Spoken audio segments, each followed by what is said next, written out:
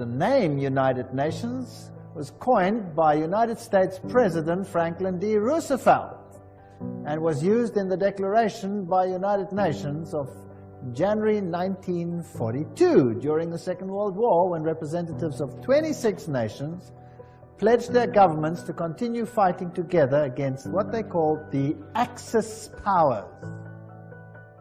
So it officially came into existence on the 24th of October 1945, when the Charter was ratified by China, France, Soviet Union, United Kingdom, United States, and by a majority of the other signatories. And every 24th of October, they celebrate this founding of the United Nations.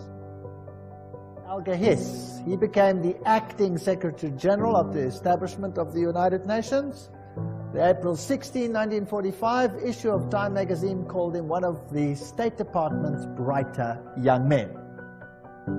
It was Hess and Joseph E. Johnson, who later became secretary of the Bilderbergers, so here we have all the secret societies again, who wrote much of the United Nations Charter. So very high Freemasons, Bilderbergers, were responsible for this charter. Patterning it after the Constitution of Russia and the Communist Manifesto. So the Constitution of the USSR is almost identical to the Constitution of the United Nations, for those who did not know that. Winston Churchill, the creation of an authoritative world order is the ultimate aim towards which we must strive, and the United Nations formed part of that. Charles de Gaulle, who was also instrumental, nations must unite in a world government or perish. So the big figures involved had this philosophy. Then there is a man, I don't know how to pronounce his name, Trygve Lie. The first official UN Secretary General was a high-ranking member of Norway's Social Democratic Party, which was, by the way, an offshoot of the Third Communist International. And then came a man, Dag Hammarskjöld. And he was the second Secretary General. He was a Swedish socialist. He openly pushed communist policy. He was the Secretary General of the United Nations from 10 April 1953 to 1961. Then he met his death in a plane crash. Now, what did he do in the United Nations? Well, one of the first things he did was to produce or create a prayer room. And there it is on the left-hand side. A stone in the middle of the room was placed to tell us we may see it as an altar, empty, not because there is no God, not because it is an altar to an unknown God, but because it is dedicated to the God whom man worships under many names and many forms. The meditation room is shaped as a pyramid, a trapezoid. The meditation room faces north-northeast. To enter the room, one must proceed from darkness into light.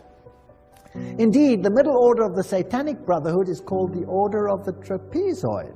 And Anton LaVey, who is the founder of the Church of Satan, refers to an occult principle known as the law of the trapezoid. So we seem to have a very occult room here. And then came U Thant, the third Secretary General, and he was a Marxist. So here you can see how the philosophy in the beginning was programmed. The New Age agenda was to merge God and nature. That's what Teilhard de Chardin, the father of the philosophy of the UN, said. We must become pantheistic, eradicate male-female distinction, world peace, nuclear disarmament, one world government, one world religion. The organizations leading up to this, the United Nations, of course, Council of Foreign Relations, Trilateral Commission, Bilderbergers, Gorbachev Foundation, and the Club of Rome. And they've already put up a constitution which is known as the Constitution for the Federation of Earth. The former director of the World Health Organization, Dr. Brock Chisholm, of course that's also a United Nations organization, says, to achieve world government it is necessary to remove from the minds of men their individualism, loyalty to family traditions, national patriotism, and religion's dogmas. Your individualism must go, you must become a number. This is Marxism. The state is supreme and you are nothing but the catechumen, a goyim, or nothing.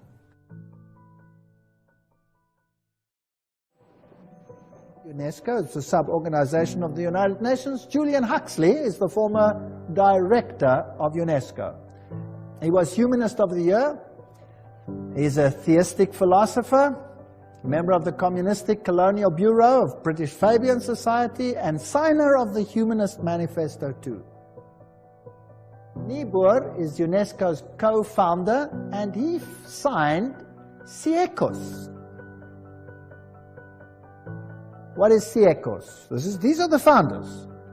It is the position of CIECOS that contraceptive services should be available to all, including minors, who should enjoy the same rights of free and independent access to contraceptive care as do others. It is the position of CIECOS that the use of explicit sexual material, sometimes referred to as pornography, can serve a variety of important needs in the lives of countless individuals. Under Huxley's guidance, they prepared a guide for teachers. Now, I would like the parents to take a note. What is the United Nations Guidebook for Teachers?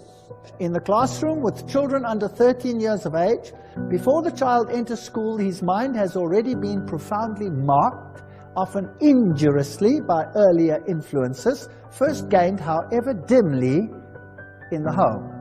So UNESCO's aim is to change the mindset of your children, to turn it against any values that the parents might instill in the mind of that child.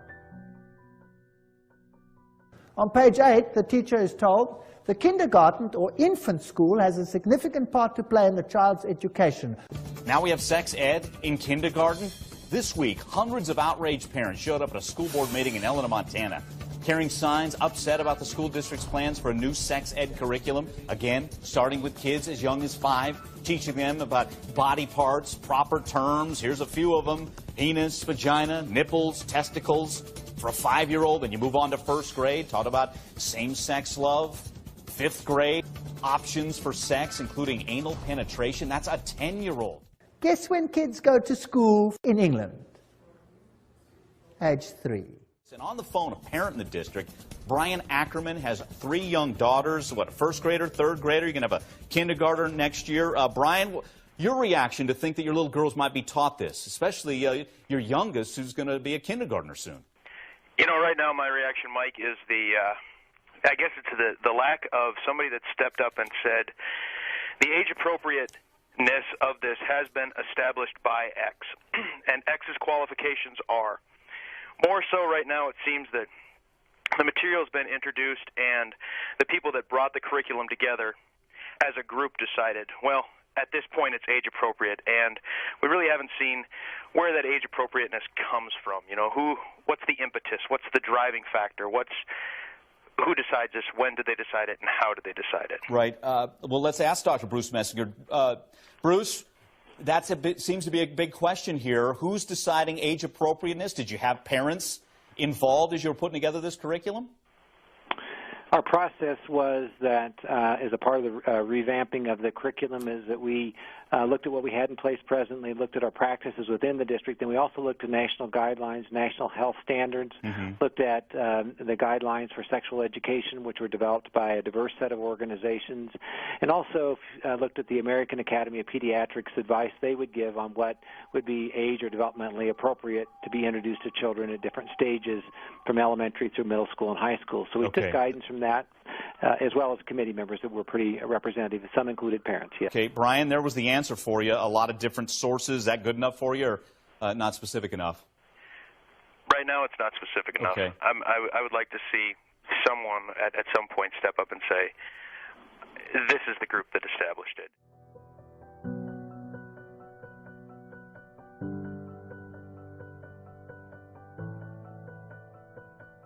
What about these world religions? Now, this is the crux of the matter. Now, this is a very interesting man, Robert Miller.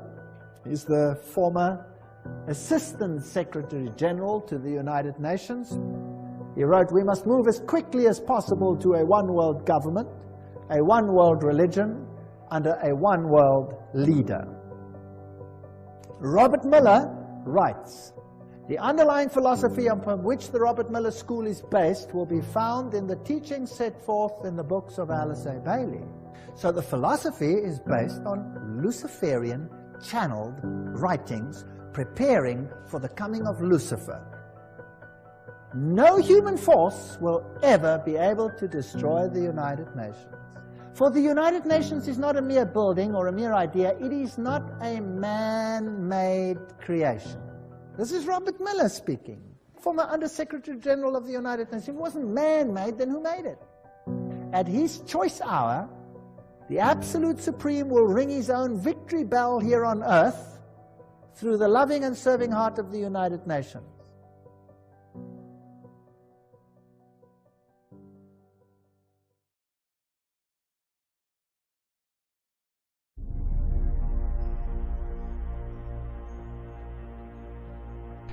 Celebration of the International Year of Light 2015, and here is a very symbolic symbol of this light in the form of a snake going around her arm, and they refer to that as a hug from our oldest friend, because that is a direct reference to Lucifer giving intellect to Eve in the Garden of Eden.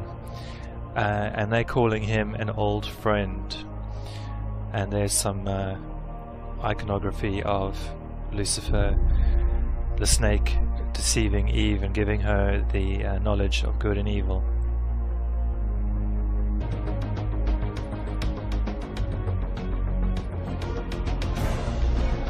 Here's the way they look at it.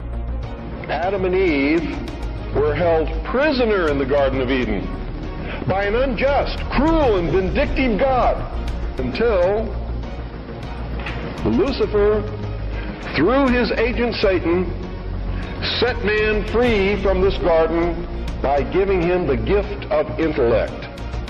Through the use of intellect, man will conquer the earth, will conquer nature, and will himself become God. It's taught in every Masonic temple in this land.